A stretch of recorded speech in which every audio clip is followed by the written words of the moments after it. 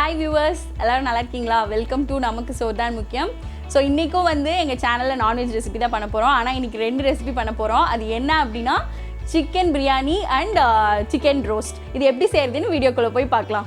Okay friends, இப்போ நம்ம chicken பிரியாணிக்கு மேரினேஷன் எப்படி பண்ணுறேன்னு பார்த்துடலாம். நாங்கள் ஒரு 1/2 kg சிக்கன் வந்து நல்லா பெரிய பீஸாக கட் பண்ணியிருக்கோம். இதை நல்லா வாஷ் பண்ணிவிட்டேன். இப்போ இதை வந்து இந்த பாத்திரத்தில் ட்ரான்ஸ்ஃபர் பண்ணிடுறேன். தண்ணி ஃபுல்லாக உள்ளே ஆட் ஆகாமல் நல்லா சிக்கனை நல்லா ட்ரை பண்ணிக்கோங்க. ஸோ இப்போ இதை மேரினேஷன் பண்ணுறதுக்கு ஃபர்ஸ்ட் நம்ம வந்து டர்மரிக் பவுடர் ஆட் பண்ணிக்கலாம். இது வந்து கரெக்டாக ஒரு 1 ஸ்பூன். அடுத்ததாக பார்த்திங்கன்னா மிளகாத்தூள், இது வந்து ஒரு 2 டேபிள் ஸ்பூன்ஸ் ஆட் பண்ணிக்கோங்க. மல்லித்தூள், இது வந்து ஒரு 1.5 டேபிள் ஸ்பூன் வர அளவுக்கு ஆட் பண்ணிக்கோங்க. அப்புறம் நம்ம பிரியாணி மசாலா வந்து நம்ம பிரியாணி செய்யும் போது ஆட் பண்ணுவோம் இல்லையா, அது வந்து ஒரு 1.5 ஸ்பூன் ஆட் பண்ணிக்கோங்க. ஏன்னா நமக்கு அந்த ஃப்ளேவர்லாம் சிக்கனில் நல்லா இறங்கணும். அப்போது நமக்கு செய்யும் போது ரொம்ப டேஸ்ட்டாக இருக்கும். லாஸ்ட்டாக வந்து சால்ட், அது ஒரு 2 டேபிள் ஸ்பூன். ஏன்னா நல்லா வந்து இந்த சால்ட் வந்து சிக்கனில் பிடிக்கணும். இப்போ எல்லாத்தையும் ஆட் பண்ணிட்டோம். இப்போ வந்து நல்லா இதை மிக்ஸ் பண்ணிக்கலாம் கையில். ஓகே, இப்போ இது பார்த்திங்கன்னா நல்லா இதில் மிக்ஸ் பண்ணிட்டேன். இப்போ லாஸ்ட்டாக வந்து நமக்கு மெயினாக வந்து தயிர், நல்லா ஃப்ரெஷ் கர்ட் இந்த மாதிரி எடுத்துருக்கேன். இதை அப்படியே வந்து இதில் ஆட் பண்ணிக்கோங்க. தயிர் ஆட் பண்ணுறதுனால நமக்கு சிக்கனில் நல்ல ஒரு சாஃப்ட்னஸ் கிடைக்கும். அப்புறம் நான் ஏற்கனவே சொன்ன மாதிரி இதில் லாக்டிக் ஆசிட் இருக்கனால உங்களுக்கு ஒரு புளிப்பு டேஸ்ட் கொடுக்கும். ஸோ நல்லாவும் சாப்பிடும் போது நல்லா வந்து டேஸ்ட்டாக சாஃப்டாக இருக்கும். இந்த மசாலாலாம் நல்லா வந்து இந்த சிக்கனில் இறங்கணும். அதனால நீங்கள் நல்லா இதை கையிலேயே வந்து ஃபுல்லாக மிக்ஸ் பண்ணி விட்டுக்கோங்க. ஓகே ஃப்ரெண்ட்ஸ், சிக்கன் பிரியாணி செய்கிறதுக்கான மேரினேஷன் ரெடி பண்ணிட்டோம். இது ஒரு 2 hours வந்து நீங்கள் ஃப்ரிட்ஜில் வச்சுட்டு அதுக்கப்புறமா பிரியாணி செய்யும் போது செஞ்சால் போதும். இது அது வரைக்கும் கொஞ்சம் நேரம் வந்து ஃப்ரிட்ஜில் ஸ்டோர் பண்ணி வைங்க. ஓகே ஃப்ரெண்ட்ஸ், அடுத்ததாக சிக்கன் ரோஸ்ட்டுக்கும் நம்ம மேரினேஷன் கண்டிப்பாக பண்ணணும். அப்போ தான் நமக்கு அந்த டேஸ்ட் கிடைக்கும். இப்போ நம்ம மேரினேஷனுக்கு நம்ம சிக்கன் பிரியாணி செஞ்ச மாதிரியே தான் நம்ம எல்லாமே கொஞ்சம் கம்மியாக ஆட் பண்ணிக்கலாம். ஃபர்ஸ்ட் டர்மரிக் பவுடர் ஒரு 1/2 டேபிள் ஸ்பூன். அடுத்ததாக ரெட் சில்லி பவுடர், இது வந்து ஒரு ஸ்பூன் வர அளவுக்கு ஆட் பண்ணிக்கோங்க. அடுத்ததாக வந்து நம்ம கட் பண்ணி வச்சுருக்க புதினா, பச்சை மிளகா, அப்புறம் கருவேப்பிலை, இதை வந்து அப்படியே இதில் ஆட் பண்ணிக்கோங்க. அண்ட் லாஸ்ட்டாக வந்து சால்ட்டு, இது வந்து வேணுங்கிற அளவுக்கு ஒரு 1 டேபிள் ஸ்பூன் ஆட் பண்ணியிருக்கேன். இதை வந்து இதில் நல்லா மிக்ஸ் பண்ணி வச்சுக்கோங்க. அதே மாதிரி பிரியாணிக்கு மிக்ஸ் பண்ண மாதிரியே. இது ஏன் மிக்ஸ் பண்ணுறோம் அப்படின்னா, நமக்கு ரோஸ்ட் செய்கிறதுனால இந்த மசாலாஸ்லாம் வந்து இதில் இறங்கிடுச்சுன்னா நம்ம ட்ரையாக செய்வோம் இல்லையா, சிக்கன் கிரேவி மாதிரி வராது. ஸோ இந்த பச்சை மிளகா, கருவேப்பிலை, புதினா ஆட் பண்ணியிருக்கனால இந்த சிக்கனில் வந்து இதோட ஃப்ளேவர்ஸ் எல்லாமே வந்து இறங்கிரும். ஸோ உங்களுக்கு ஒரு 1 hour மேரினேட் பண்ணதுக்கப்புறமா நீங்கள் செஞ்சிங்கன்னா ரொம்ப நல்லா டேஸ்ட்டாக இருக்கும். ஓகே ஃப்ரெண்ட்ஸ், இப்போது சிக்கன் ரோஸ்ட்டுக்கான மேரினேஷன் பண்ணியாச்சு. இது வந்து ஒரு 1 hour வந்து ஃப்ரிட்ஜில் ஸ்டோர் பண்ணிடுங்க. ஸ்டோர் பண்ணிவிட்டு அப்புறம் எடுத்து நம்ம எப்படி சமைக்கிறது அப்படின்னு பார்க்கலாம். ஓகே ஃப்ரெண்ட்ஸ், அப்போது நம்ம சிக்கனை நல்லா மேரினேட் பண்ணி வச்சிட்டோம். ஸோ இப்போ இதை நான் எடுத்து வச்சிட்டேன். இப்போது இதுக்கு பிரியாணிக்கு வந்து என்னென்ன இன்க்ரீடியன்ட்ஸ் வேணும்னு பார்த்தலாம். ஆனியன் வந்து 2 ஆனியன் கட் பண்ணி எடுத்திருக்கேன். அடுத்தது வந்து டொமேட்டோ வந்து 2, அப்புறம் பச்சை மிளகா வந்து ஒரு 4 வந்து ஆஃபாக கட் பண்ணி எடுத்துக்கோங்க. அடுத்தது இஞ்சி பூண்டு பேஸ்ட்டு, இது வந்து நீங்கள் அரைக்காமல் சும்மா தட்டி மட்டும் ஒரு கோர்ஸாக இருக்க மாதிரி எடுத்திருக்கேன். அடுத்தது வந்து புதினா, இது வந்து ஒரு கை அளவு வர மாதிரி எடுத்திருக்கேன். அடுத்தது வந்து பார்த்திங்கன்னா இது வந்து பட்டை, கிராம்பு, சோம்பு, அப்புறம் சீரக மிளகு, இது அப்படியே வந்து அரைச்சிருக்கோம். நீங்கள் உங்களுக்கு வேணும் அப்படின்னா நீங்கள் அப்படியே கூட ஆட் பண்ணி செஞ்சுக்கலாம். அதோடு வந்து பிரியாணி இலை 2. அடுத்ததாக பிரியாணி மசாலா வந்து எடுத்துக்கோம், ஒரு 2 டேபிள் ஸ்பூன்ஸ் வர மாதிரி. அப்புறமா வந்து ஒரு 4 டேபிள் ஸ்பூன் வர மாதிரி கீ. அண்ட் பாஸ்மதி ரைஸை வந்து ஒரு 30 minutes வந்து சோக் பண்ணி அப்புறமா அந்த தண்ணியெல்லாம் ட்ரெயின் பண்ணி அதை வந்து தண்ணி ஃபுல்லாக இப்படி எடுத்து வச்சுருக்கேன். இது வந்து ஒரு 3 டம்ளர்ஸ் வர மாதிரி. அப்புறம் சால்ட் வந்து வேணுங்கிற அளவு எடுத்துக்கோங்க. நம்ம மஞ்சள் தூள், மிளகாத்தூள் அதெல்லாம் வந்து ஆட் பண்ண தேவையில்லை. ஏன்னா நம்ம ஆல்ரெடி மேரினேட் பண்ணனால நமக்கு அது எதுவுமே வேண்டாம். ஓகே, இப்போ நம்ம எப்படி சிக்கன் பிரியாணி செய்யலான்னு பார்க்கலாம். ஓகே, இப்போ நம்ம ஃப்ளேம் ஆன் பண்ணி குக்கர் வச்சாச்சு. ஆல்ரெடி ஆயில் நான் ஆட் பண்ணிட்டேன். இப்போ வந்து கீ வந்து ஆட் பண்ணிக்க போகிறேன். ஆயிலும் கீயும் ஈக்குவல் அமௌண்ட்டில் இருக்க மாதிரி ஆட் பண்ணிக்கோங்க. ஆயில் ஹீட் ஆகிடுச்சு. இப்போ கடுகு போட்டுக்கலாம். ஓகே, அடுத்த வந்து கடுகு வெடிச்சிடுச்சு. இப்போ அடுத்ததாக வந்து பிரியாணி நீங்கள் ஆட் பண்ணிக்கோங்க. இதுதான் நம்ம அரைச்சி வச்சுருக்க பட்டை, கிராம்பு, சோம்பு, சீரகம், மிளகு இதை ஆட் பண்ணிடலாம்.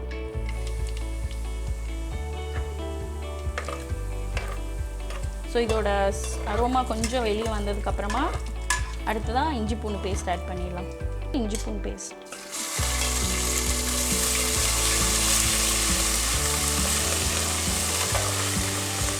இஞ்சி பூண்டு பேஸ்ட் வந்து ஆயிலில் குக் ஆனதுக்கப்புறம் வெங்காயம் ஆட் பண்ணிக்கலாம். பெரிய வெங்காயம் 2 கட் பண்ணி வச்சுருக்கேன், இதை ஆட் பண்ணலாம்.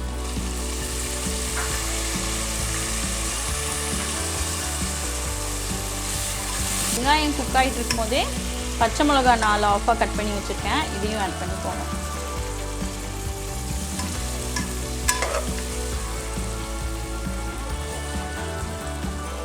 ஸோ இது குக் ஆகட்டும்.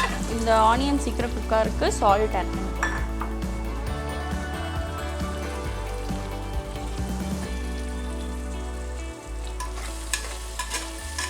ஆனியன் வந்து லைட்டாக கோல்டன் ப்ரௌன் ஆனதுக்கப்புறம் நம்ம தக்காளி ஆட் பண்ணிடலாம்.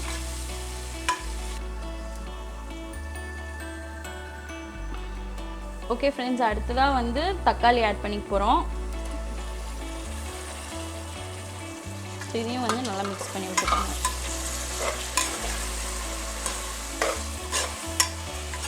தக்காளியோட பச்சை வாசம் போனதுக்கப்புறம் நம்ம மேரினேட் பண்ணி வச்சுருக்க சிக்கன் பீசஸ் இதில் ஆட் பண்ணிடலாம். ஸோ இது ஒரு 5 மினிட்ஸ் வந்து ஸ்லோ ஃப்ளேம்லேயே வச்சு தக்காளி வந்து நல்லா குக் ஆகட்டும். ஸோ தக்காளி வந்து நல்லா குக் ஆகிடுச்சு. அடுத்ததாக வந்து நம்ம மேரினேட் பண்ணி வச்சுருக்க சிக்கன் பீசஸை ஆட் பண்ணிடலாம்.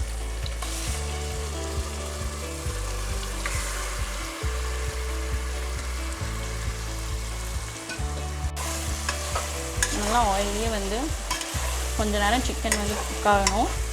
இதோட வாட்டர்லாம் வந்து ரிலீஸ் ஆகும்போது நம்ம அடுத்ததாக புதினா ஆட் பண்ணிடலாம். இது ஒரு 2 மினிட்ஸ் வந்து ஆயிலில் குக் ஆகும். அடுத்ததாக புதினா ஆட் பண்ணுறேன்.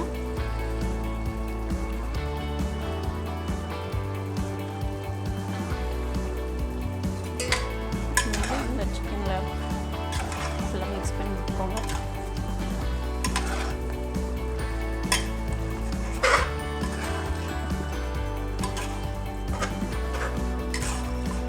புதினா நல்லா குக் ஆகி அதோட ஃப்ளேவரும் வந்து சிக்கனில் இறங்கும். ஸோ அந்த டைமில் நம்ம ரைஸ் போட்டுக்கலாம்.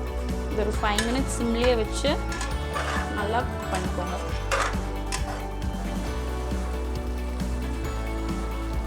சிக்கன் வந்து கொஞ்சம் நல்லா குக் ஆகிட்டுருக்கு. ஸோ இந்த டைமில் வந்து நான் பாஸ்மதி ரைஸ் ஆட் பண்ணுறதுக்கு முன்னாடி இப்போ கோகனட் மில்க் எடுத்திருக்கேன்.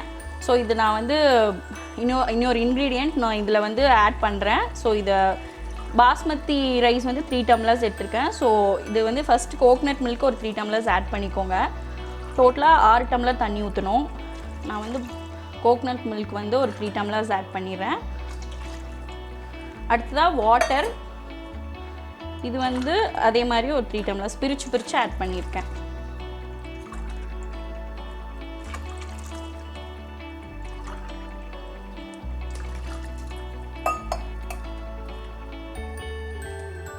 ஸோ தண்ணி ஃபுல்லாக ஆட் பண்ணியாச்சு.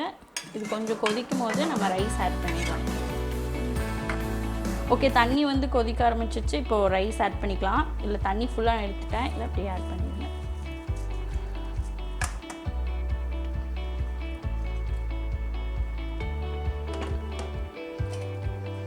இது கலக்கி விட்டுக்கோங்க.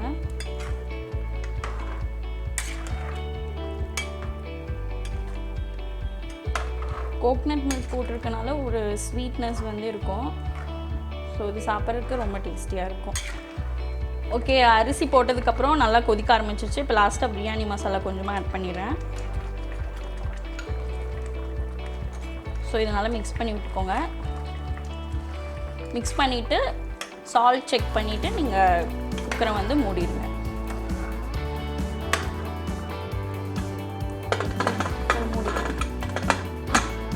மூணு விசில் வந்துடுச்சு. இப்போ நல்லா ஆவியெல்லாம் போயிடுச்சு. இப்போ நம்ம குக்கர் ஓப்பன் பண்ணி பிரியாணி எப்படி வந்திருக்குன்னு பார்க்கலாம். பர்ஃபெக்டாக வந்திருக்கு.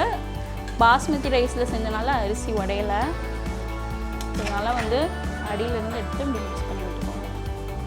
சிக்கன் பீசஸும் நல்லா வெந்துருச்சு. ஸோ நல்லா டேஸ்டியாக இருக்குது பார்க்கவே. ஸோ இப்போ இதை ஒரு பிளேட்டில் சர்வ் பண்ணி எப்படி இருக்குன்னு பார்த்தலாம். அடுத்ததாக சிக்கன் ரோஸ்ட் செய்ய போகிறோம். அதுக்கு பேனில் ஆயில் ஊற்றி ஹீட் பண்ணிட்டேன். இப்போ கொஞ்சமாக ஆனியன் ஆட் பண்ணிக்கிறேன்.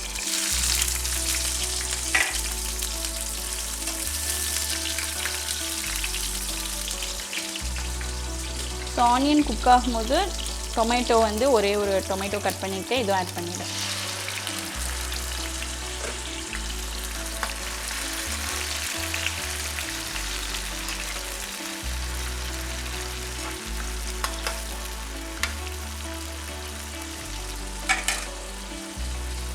ஸோ இதில் கொஞ்சமாக கொரியாண்டர் லீவ்ஸ் ஆட் பண்ணிக்கோங்க.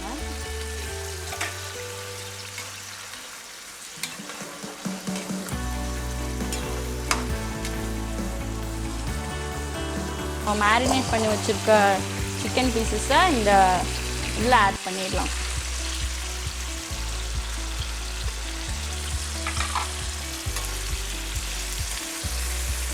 இந்த ஆயிலே நல்லா டீப் ஃப்ரை ஆகணும். ஸோ இதில் வாட்டர் ஆட் பண்ண தேவையில்ல, ஆயிலே வந்து இது நல்லா குக் ஆகும்.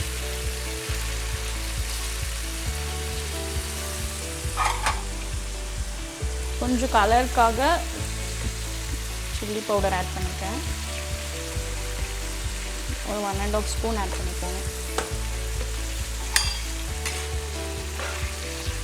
சால்ட் ஆல்ரெடி மேரினேட் பண்ணதுலேயே போட்டோம், அதனால் சால்ட் ஆட் பண்ண அவசியம் இல்லை. ஸோ இது சிம்லேயே வச்சு ஆயிலே நல்லா குக் ஆக விடுங்க.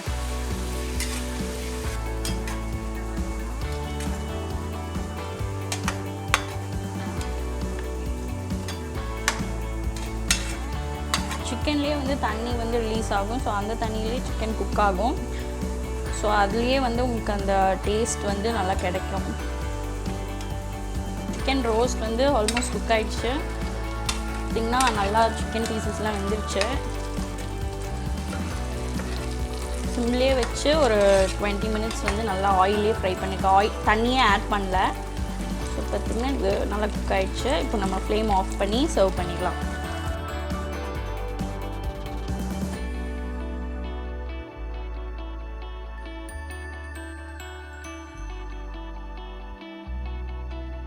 Welcome back viewers. இன்னைக்கு எங்கள் அக்கா தான் பிரியாணி சமைச்சிருக்காங்க. எப்படி இருக்குன்னு டேஸ்ட் பண்ணி எப்படி இருக்குன்னு நான் உங்கள் சார்பாக சொல்ல போகிறேன். வாங்க பார்ப்போம். கறியெல்லாம் நல்லா வந்துருக்கு. தேங்க்யூ. பிரியாணி வந்து அந்த தேங்காய் பாலோட ருசி எல்லாமே வந்து கலந்து ஒரு டிஃப்ரெண்ட்டாக இருக்குது. இது டேஸ்ட் பண்ணி பாருங்கள். இது சிக்கன் ரோஸ்ட். இது வந்து சிக்கன் ரோஸ்ட்டு. ஸோ இது வந்து இதோட மிக்ஸ் பண்ணி பார்ப்போம் எப்படி இருக்குன்னு நான் சொல்கிறேன். நல்லா இருக்கு. ஒரு வேற மாதிரி இருக்கு. உண்மையிலே ரொம்ப நல்லா பண்ணியிருக்கேன். தேங்க்யூ. சாப்பிட்டே இருக்கலாம் போல இருக்கு. பேஸ் ரொம்ப அற்புதமாக பண்ணிருக்கு. தேங்க்யூ. லைக் பண்ணுங்க, கமெண்ட் பண்ணுங்க, ஷேர் பண்ணுங்க. அண்ட் மறக்காம எங்க சேனலுக்கு சப்ஸ்கிரைப் பண்ணிருங்க. இதே மாதிரி உங்களுக்கு வேற ஒரு ரெசிபியோட உங்களை சந்திக்கிறோம். நமக்கு சோறு தான் முக்கியம்.